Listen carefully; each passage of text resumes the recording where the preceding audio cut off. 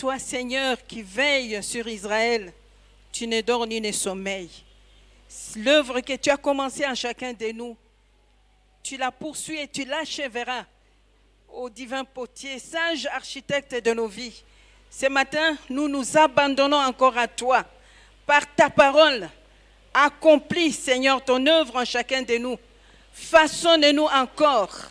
Change ce qu'il y a à changer. Enlève ce qu'il y a à enlever. Seigneur, parfait ce qu'il y a à parfaire. Nous sommes à toi. Nous sommes ton peuple. Nous sommes ton ouvrage. Nous nous inclinons sous ta puissante main, Seigneur. Fais de nous ce que tu veux. Que nous devenions ce que tu veux que nous devenions. Parle-nous encore ce matin. Nous croyons en toi.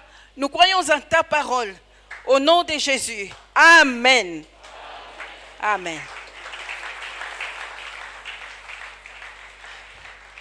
Nous remercions vraiment les mamans, les responsables de cette église pour la confiance qu'ils nous font, de nous permettre de nous tenir à cette chaire qui est un endroit sacré. Et quand nous sommes là, nous savons que nous sommes au service de Dieu, que Dieu nous fasse grâce, que nous soyons à la hauteur de ce qu'il attend de nous. Alors aujourd'hui, le thème qui nous a été donné, que vous avez déjà commencé à exploiter, c'est donc Deutéronome chapitre 31, verset 8. Je crois qu'on vous l'a répété plusieurs fois. J'essaie de le... Oui, c'est l'Éternel marchera lui-même devant toi, il sera lui-même avec toi. Et l'Éternel marchera lui-même devant toi, il sera lui-même devant toi. Et dans le cadre de ces thèmes, nous allons exploiter les textes de 1 Samuel chapitre 27, versets 5 à 8. 1 Samuel chapitre 27, versets 5 à 8, et puis chapitre 30, versets 1 à 8.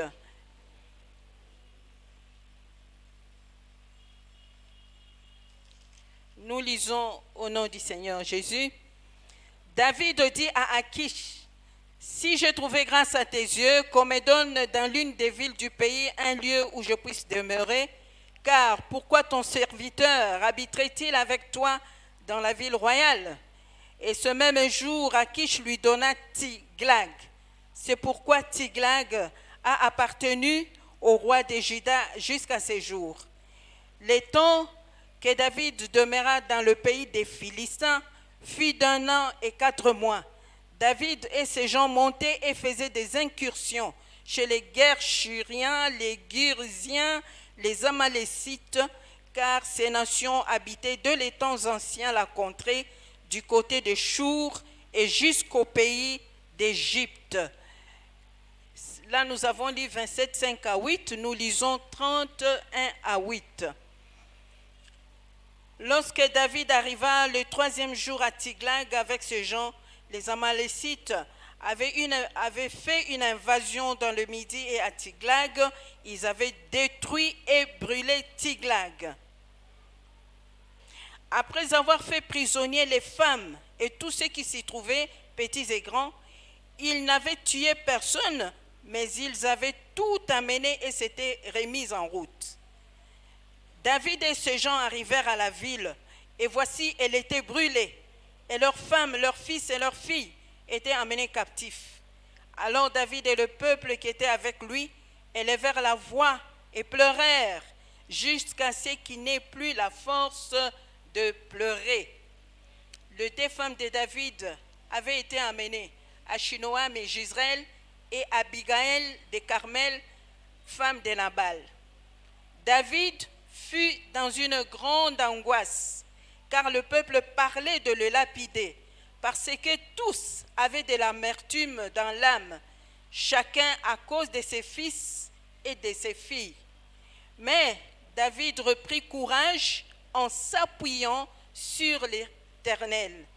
Il dit au sacrificateur Abiatar, fils d'Achimélec, « Apporte-moi donc l'éphod. » Abiatar apporta l'éphod à David. Et David consulta l'Éternel en disant, poursuivrai-je cette troupe? L'atteindrai-je? L'Éternel lui répondit, poursuis, car tu atteindras et tu délivreras. Poursuis, car tu atteindras et tu délivreras. Amen. Nous pouvons nous asseoir. Alors, dans ce cadre de ces thèmes, c'est le thème-là que nous poursuivons. Poursuis, car tu atteindras et tu délivreras. Le verset de Deutéronome 31, c'est les paroles que Dieu a adressées au peuple par Moïse, alors qu'ils étaient à l'entrée de la terre promise, pour les encourager, pour les fortifier, à avancer, à faire la guerre et à conquérir la terre promise. C'était le projet de Dieu, c'était la décision de Dieu, c'était l'engagement de Dieu, et c'était l'alliance qu'il avait faite des siècles auparavant avec Abraham, Isaac et Jacob. Et là, il devait le faire. Il est important pour nous de comprendre que c'était la décision de Dieu. C'est ce que Dieu voulait. Et dans ce texte, nous voyons que David aussi, Dieu lui dit, poursuis car tu atteindras et tu délivreras. J'aimerais pour rappel aussi dire, quand Dieu a envoyé le peuple d'Israël sur la terre de Canaan, cette terre était occupée par différents peuples idolâtres. Et Dieu, dans son plan de révélation, dans son plan pour se révéler à l'humanité, a choisi Israël pour l'établir sur cette terre. Pourquoi? Parce que Dieu considérait que la terre-là était souillée par les pratiques idolâtres, des sacrifices humains, toutes sortes de méfaits. Et Dieu ne pouvait pas les supporter. Et il envoie Israël pour pas seulement chasser, mais tuer, détruire, vouer par interdit, pour nettoyer cette terre, parce que, disait-il, pour que la terre entière sache que l'Éternel seul est Dieu. Alors, il a choisi Israël pour manifester sa grandeur, sa puissance et sa divinité à lui seul. Donc, c'était les guerres de l'Éternel que le peuple d'Israël devait mener pour faire connaître la grandeur du nom de Dieu.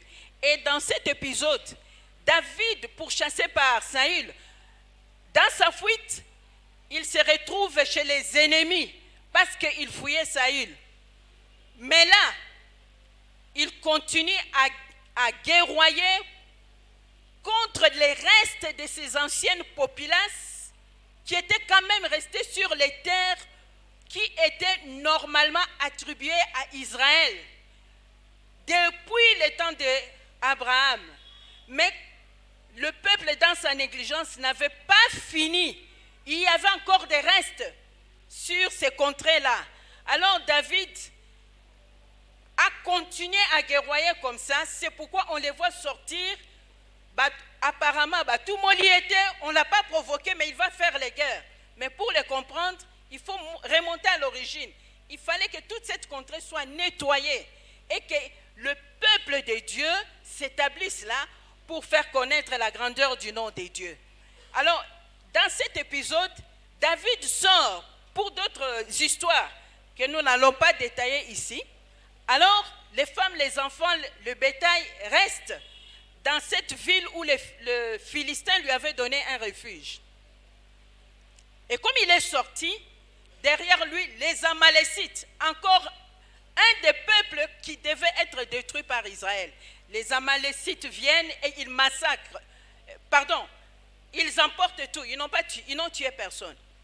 Ils emportent les femmes, les enfants, le bétail et toutes les richesses. Et comme nous l'avons vu, David revient. Il commence par pleurer. Après, il se reprend.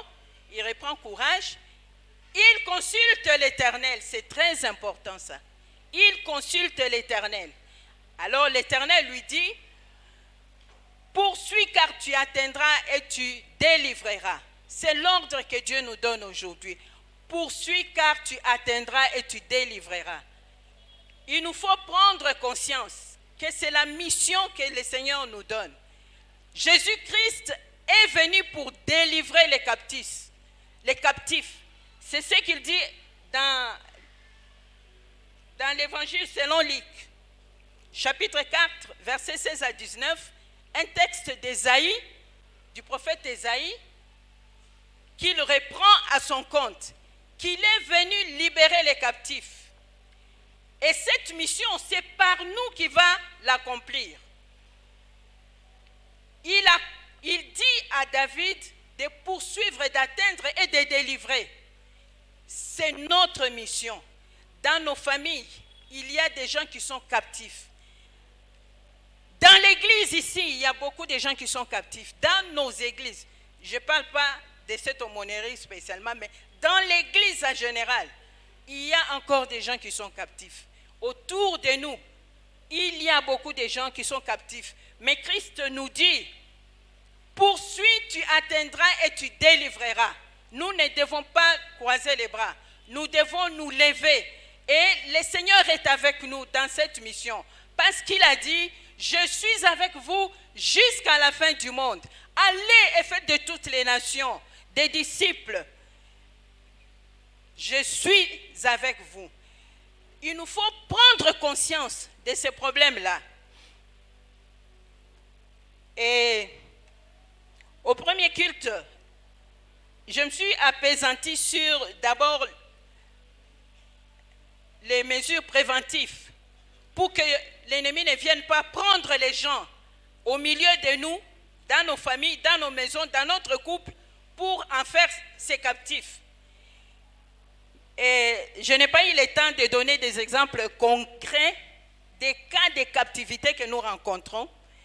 Alors, je vais aller sommairement pour parler de mesures préventives pour que l'ennemi n'entre pas dans nos maisons, pour que nous n'ouvrions pas les portes, que l'ennemi ne vienne pas prendre des captifs au milieu de nous ou même dans l'église.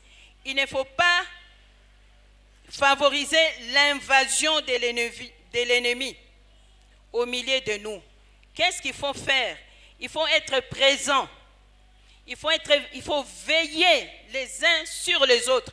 Il faut être présent à l'église, présent dans ma maison. Je ne dois pas tout le temps être absent. Je dois être présent pour ma femme, pour mes enfants, savoir ce qui se passe, détecter les problèmes qui se posent et les soumettre à notre Dieu, chercher des solutions. Pour les parents, nous disons, ne pas irriter les enfants tel que la Bible nous le dit. Parce que irriter les enfants, c'est les pousser à la rébellion. Et les enfants qui sont poussés à la rébellion, ils sortent de l'autorité des parents, ils sont exposés. Mais je dis aux jeunes ici, même si les parents vous irritent, vous n'avez pas le droit de vous rebeller. Vous vous exposez vous-même. Le Seigneur n'aime pas la rébellion. Les enfants se rebellent, ils se retrouvent des fois dans la rue, ils se retrouvent dans des milieux où ils ne devraient pas être et ils sont à la merci des forces des ténèbres. Dans les familles, nous devons nous écouter. Écouter avec les cœurs, pas seulement avec les oreilles, mais écouter avec l'intelligence et les cœurs. Il faut savoir ainsi lire derrière les mots qui sont dits, les problèmes qui se posent. Je peux reconnaître derrière une phrase donnée, derrière une attitude, je peux savoir qu'ici, cet enfant a un problème. Ici, ma femme est mécontente. Mon mari est mécontent. Je dois pouvoir les comprendre. Pour ça, il faut être attentif. Il ne faut pas être évasif. Et écouter avec les cœurs, comprendre quand un enfant pose un problème. Il y a des mots qu'il ne dit pas, mais un parent qui aime et qui tient à faire attention va s'arrêter pour bien écouter et chercher des solutions. Mais le plus important encore, c'est écouter le Saint-Esprit. Prier pour mon mari, prier pour mon épouse, prier avec persévérance. Demander ce qu'il y a à demander. Et dans la prière persévérante, dans les jeûnes, dans les prières, Dieu nous parle. Il nous révèle les problèmes. Il nous montre les voies à suivre. Il nous montre des mesures à prendre. Nous devons être des gens de prière pour fermer toutes les portes par lesquelles l'ennemi peut envahir la famille, par lesquelles l'ennemi peut envahir la communauté de l'Église. Et ne pas nous focaliser sur le préjudice personnel. Quand un enfant s'est rébellé, les parents sont déçus. Mais il ne faut pas se focaliser sur le fait que mon enfant m'a déshonoré, mon enfant m'a déçu, il a de mauvais résultats, il s'est mal conduit. Non, il faut vite pardonner pour pouvoir se retrouver dans la présence du Seigneur, pour pouvoir prier librement. Et de cette manière-là, on résout les problèmes. Au lieu de l'amplifier, parce qu'on laisse ces problèmes nous travailler et produire, comme dit la Bible, des racines, des ramifications d'amertume. Non, il faut vite pardonner et que Dieu nous aide à les résoudre. Et les préjudices qu'on peut subir dans les relations, la trahison, il faut pardonner la trahison. Il faut pardonner toutes sortes d'offenses qu'on subit dans le couple.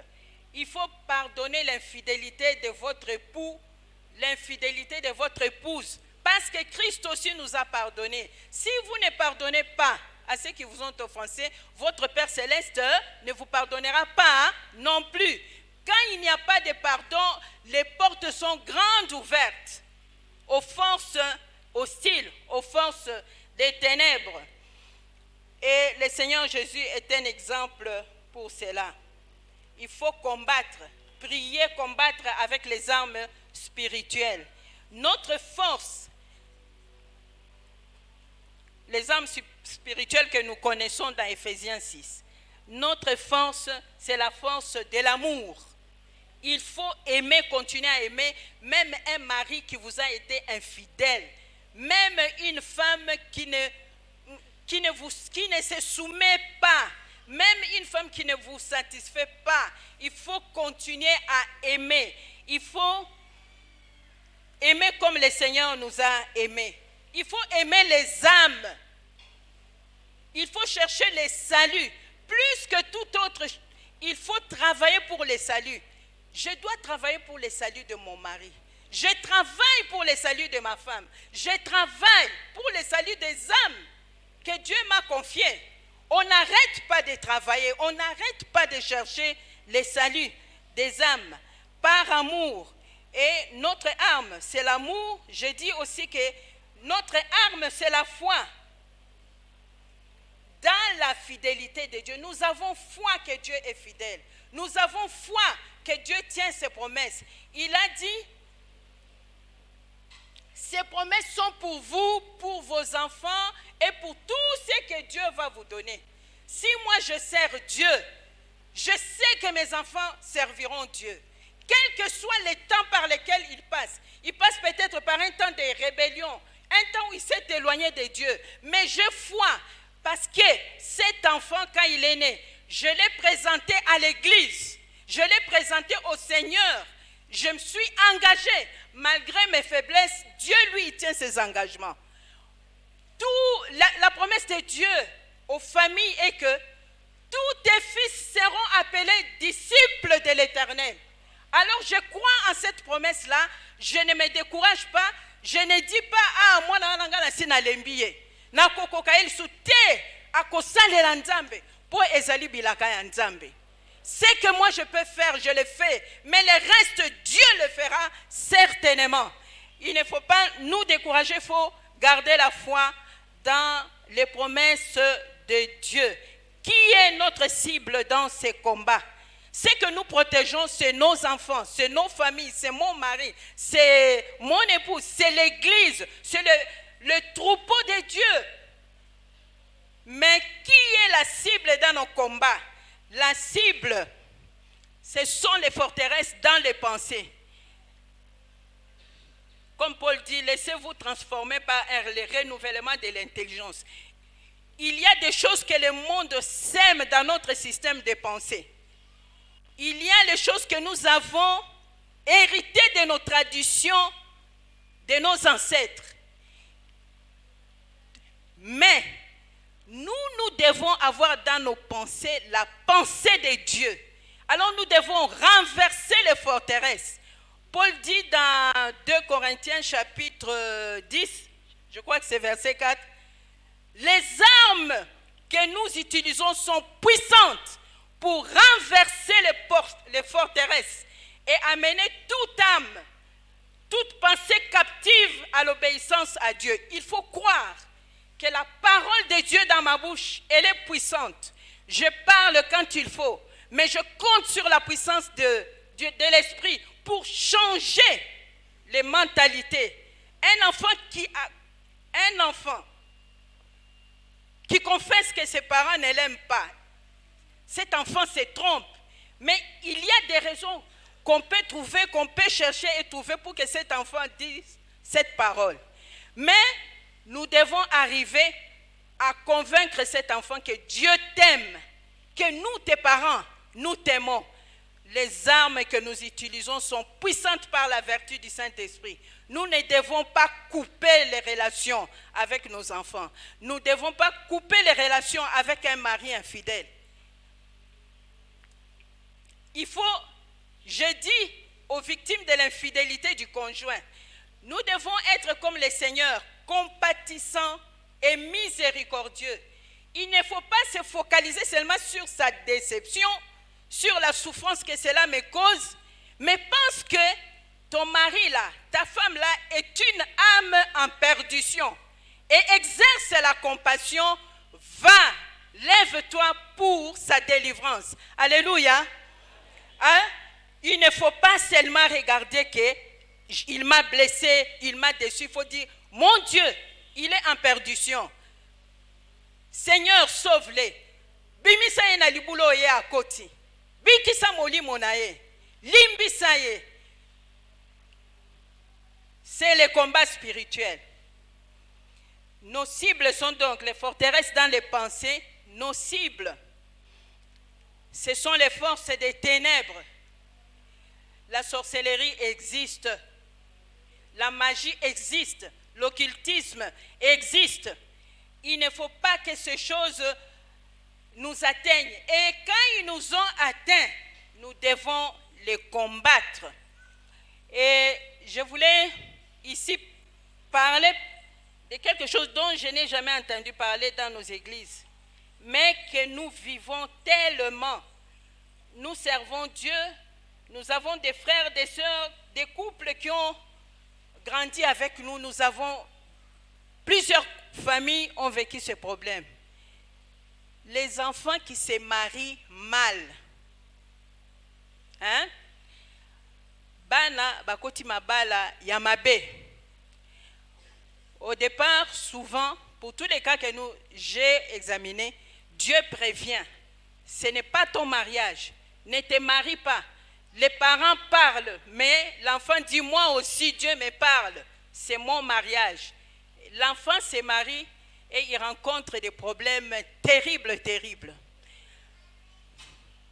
Je connais une sœur très chère. Elle, c'est toute jeune. Elle a connu le Seigneur. Au départ, elle ne voulait pas se marier. Elle n'avait pas l'intention de se marier. Elle voulait se consacrer au Seigneur, servir. Mais, tradition oblige, il fallait qu'elle se marie. Alors, ses parents, les pasteurs, lui trouvent un bon garçon d'après eux. Mais, le Seigneur lui montre que cet homme-là n'est pas net. C'était un homme bien, un bon choriste, un garçon zélé, toujours présent à l'église. Mais elle rêve que chaque fois qu'elle arrive dans la maison de cet homme, elle trouve des femmes, d'autres femmes. Mais, jeune qu'elle était, elle n'a pas su tirer les conclusions. Elle est entrée dans ce mariage, mais elle a trouvé beaucoup de problèmes. Elle a combattu. Je passe les détails. Mais un jour, cet homme était tellement endurci dans les œuvres des ténèbres. Il a impacté les enfants. Un jour, cette sœur qui priait, sauve mon mari, sauve ma mari, mukomzu soit lembi akomi, bimi sanga na pasi oyo, bimi sanga na pasi oyo. Parce que pasi yango ezali kosila te. Mais nzamba yebisi na kebisaki yo. Et finalement, Dieu l'a autorisé de divorcer. Nous avons vécu plusieurs cas comme ça autour de nous. Je vais dire aux parents, les problèmes en amont, l'Église doit préparer les jeunes gens au choix du mariage. C'est un problème qui est très fréquent. Les psychologues, les spécialistes des relations humaines, ceux du monde, ils connaissent ça, ils appellent ça les personnes toxiques.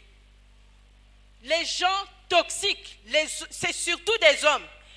Un homme qui, dans son enfance, a été blessé, et quand il entre dans le mariage, il continue à faire subir à l'autre ce que lui, il a subi. Il le fait subir même à ses enfants. Et comme ces personnes sont des gens blessés, aigris, les démons trouvent une place pour s'installer. Et souvent, ils sont accompagnés de puissances des ténèbres. Nous les disons en connaissance des causes. Nous avons eu plusieurs cas autour de nous.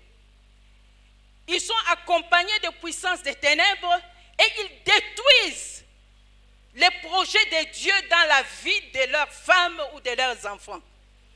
En psychologie ou chez les psychiatres, ces cas-là sont connus. On les appelle les maniaco-narcissiques. J'aimerais que l'Église se réveille. Il faut bien préparer notre jeunesse pour les mariages, savoir faire le choix. Les problèmes que nous avons ici, moi je dis, souvent, les jeunes se marient au mariage. Ils ne se marient pas à une personne. Ils ne connaissent pas cette personne. Ils ne connaissent pas la volonté de Dieu. Mais un mariage est. Et puis, Moninga Abali Sepela. Maintenant, ça crée ces envies-là. Moi aussi, je dois me marier. Moi aussi, je dois me marier. Et quand on n'est pas bien consacré, le diable prend cette convoitise et il t'amène chez la personne la plus mauvaise possible. Et nous, les serviteurs de Dieu, Dieu ne nous a pas formés pour séparer, pour faire les divorces. Mais je vous dis le cas de cette sœur, elle-même servante de Dieu, elle-même conseillère conjugale, elle a été à bout. Elle a dit Nzambe bimisanga la libulo. Dieu l'a autorisé à divorcer. Passons les souffrances que les enfants ont subies. Mais pour ça aussi, Dieu nous dit, lèvons-nous, libérons les captifs. Il y a des mariages qui sont devenus des prisons, des lieux de captivité. Une fois, j'ai entendu le prophète Kawata dire, beaucoup de mariages sont devenus, non, c'est le pasteur Dalo, les lieux où les rêves des jeunes filles meurent. Et moi, je dis pas seulement leurs rêves, même le projet de Dieu dans leur vie est hypothéqué. Il faut libérer les captifs. Si un mariage s'avère être une prison, une captivité, il faut libérer les captifs. Le diable connaît nos dogmes, notre doctrine par rapport à l'Église, ce que dit la Bible par rapport au mariage. Et il a fait cette ruse-là pour emprisonner les gens dans les mariages. Et il y a des femmes qui meurent des coups de leur mari. Je ne les connais pas, mais une dame pasteur, une servante de Dieu, chaque dimanche qu'elle prêchait, quand elle rentre à la maison, elle reçoit les coups de son mari. Et il frappe la tête et surtout la bouche. Et elle en est morte. Est-ce qu'elle est allée au bout de sa mission? Elle est morte par la volonté d'un homme, mais cet homme-là, il a aussi besoin de libération. Je dis que des hommes pareils ne devraient pas se marier. Mais c'est à nous, Église, à détecter de telles personnes. Et je dis aux jeunes gens, surtout aux jeunes filles, il y a de telles souffrances que nous avons vues. J'ai parlé de cette sœur qui est de ma génération. Mais à la maison, j'ai une jeune dame qui est aussi sortie d'un tel mariage. Autour d'elle, tous les frères, les sœurs, les mamans, les papas ont dit non, ma fille, sors de là. Tu vas mourir dans ce mariage. Elle est divorcée. Ce n'est pas ça ce que Dieu voulait. Mais parce que on se retrouve comme ça. Mais je vais dire aussi, il y a des cas aussi où Dieu lui-même s'est chargé, il a liquidé des hommes pareils. Une maman nous a témoigné, dit, elle s'est retrouvée un jour dans une réunion de veuves. Elle s'est rendue compte que beaucoup de mamans de sa génération étaient devenues veuves assez tôt. Elle a dit, mais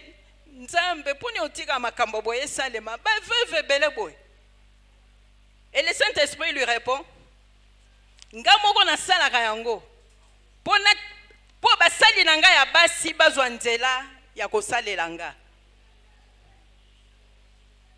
alors, je dis aussi, parce que ces cas-là arrivent surtout parmi les hommes. Si vous savez dans votre cœur que vous avez ces penchants pour humilier les femmes, pour dominer les femmes, pour écraser les femmes, comme si vous avez une vengeance à exercer. Si vous avez ces penchants, allez voir les serviteurs de Dieu et vous aurez la délivrance. Parce que le diable va continuer à vous utiliser pour faire le mal, mais Satan zalaka camarade ya mutute, vous serez le premier à perdre. Il faut libérer les captifs. Nous avons les armes pour cela. Celui qui est en nous est plus fort que celui qui agit dans le monde. Il est plus fort que tous les systèmes humains. Nous, l'Église doit prendre courage et s'élever pour traiter tous les cas comme ça et libérer les captifs. Je ne sais pas combien de temps il me reste. J'aimerais prendre un autre cas pratique. Oui. Un cas que nous avons vécu. Un jeune trouve une fille à épouser. Les parents lui disent, nous ne sommes pas pour ce mariage, mais il ne prend même pas le temps de convaincre les parents. Je ne dis pas que les parents ont toujours raison. Nous-mêmes, nous pouvons témoigner. Il y a des mariages de nos enfants où nous nous sommes opposés, mais pour finir, Dieu nous a dit, c'est moi qui veux ce mariage. On a laissé Dieu faire. Alléluia. Les parents n'ont pas toujours raison. Mais quand les parents s'opposent, toi, jeune chrétien, prie, Dieu va les convaincre. Si ce mariage est dans la volonté de Dieu. Je donne un autre cas pratique. Un garçon que nous avons connu, que nous connaissons de près. Donc, il prend, comme les parents s'opposent, il prend la fille, il commence à vivre avec la fille. Ils ont 2 enfants, mais ils ne sont pas bénis. Ils ont beaucoup de difficultés matérielles. Pour finir, ils sont obligés de se séparer. Les garçons viennent dans sa famille, la fille va dans sa famille avec les 2 enfants. Après un certain temps, la fille vient avec les enfants. Naye kozongisela bino bana oyo po tokangi bango na kindoki tobondeli toyebisi bango bandimi ke baza na kindoki toyebisi bango batika kindoki balobi o batu bapesa biso kindoki balingi te totika lokola bazoi kindoki yango na famille na bino bozwa bana na bino na kindoki na bango bango. Quelle histoire! La sorcellerie existe. Je ne dis pas que c'était une fausse accusation. Mais ces garçons-là, Dieu lui a fait grâce. Il a rencontré une servante de Dieu, consacrée, mais motivée pour libérer les captifs. Et il les a pris en charge. Il les a pris en charge. Elle a fait le travail par la grâce de Dieu. La situation de ses enfants a changé. Et ce jeune homme a trouvé une épouse qui a accepté de prendre ses enfants, malgré leur histoire. L'amour est une grande arme. Et aujourd'hui, elle a pris Bala Yambanda, elle les a pris en charge et il continue à combattre pour ces enfants-là. La sorcellerie n'est pas une fatalité.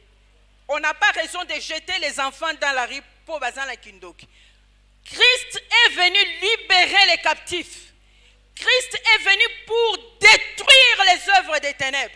Nous devons nous lever avec cette décision-là de libérer les captifs. Oyo baza na famille na yo. Bana o baza bandoki, ne les rejetez pas.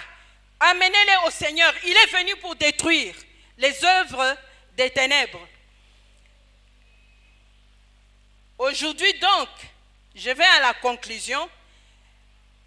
L'Église doit s'élever pour combattre les œuvres des ténèbres par l'enseignement de la parole de Dieu, par un bon encadrement de notre jeunesse et en prenant à charge même les enfants sorciers.